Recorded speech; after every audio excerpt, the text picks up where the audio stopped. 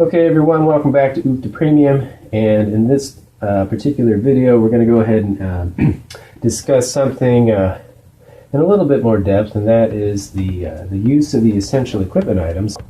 I really hadn't gone on over that before, but I think we should take time out to do it here. If we want to discuss advanced strategies, advanced tactics, and what better way than to talk about vertical integration.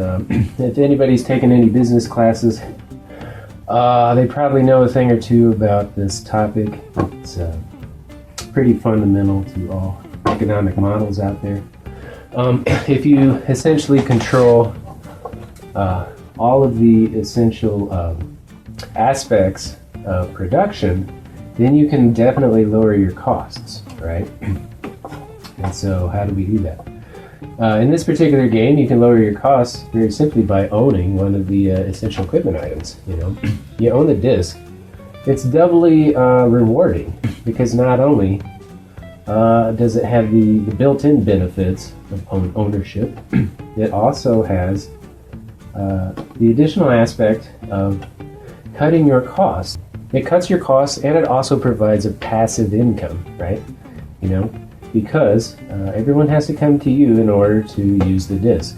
It's an essential item. They need it too, right? Now, what can you do as a strategy if you own these things? Well, if I make it my goal to set out at the beginning of the game to acquire all of these resources, then it's a tremendous multiplier effect, right? Because as other growers are increasing their ability to be productive with whatever it is they're doing, and they're always coming to you every time they need to utilize your equipment, the growth rate is exponential, right? And so that's what we want to do. If it's manageable, that's why these are here. And so if I control the cost of production, everything becomes easier, and it's definitely one of those major strategies in UFTA that you do need to kind of be aware of. Now, whether or not the other story of UFTA is tact and diplomacy.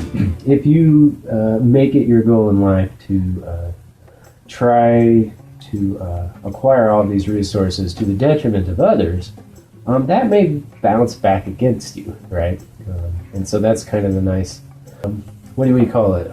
The leveling effect, where despite the avarice behind trying to acquire the resources and essentially run the table on everyone, you can also be tactful. You do not necessarily have to.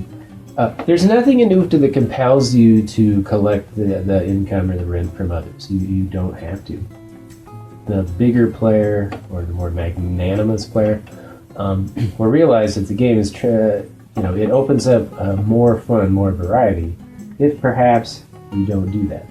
But like I said, there's freedom. That's the loveliness of it. There's freedom to experiment and just see. If you need to be ruthless, you can be ruthless. And then if you want to foster, foment alliances or pacts or more good trade, you can go that route and be equally rewarded. There's no clear-cut aspect of UFTA that favors one particular type of play, and that's kind of been the goal all along. But getting to that point is not easy. It's a struggle. So anyway, this covers vertical integration, controlling the cost of production, every means of constructing a good or service along the way, in order to maximize profits and minimize cost of production, labor costs, whatever it is. Okay? All right, thanks.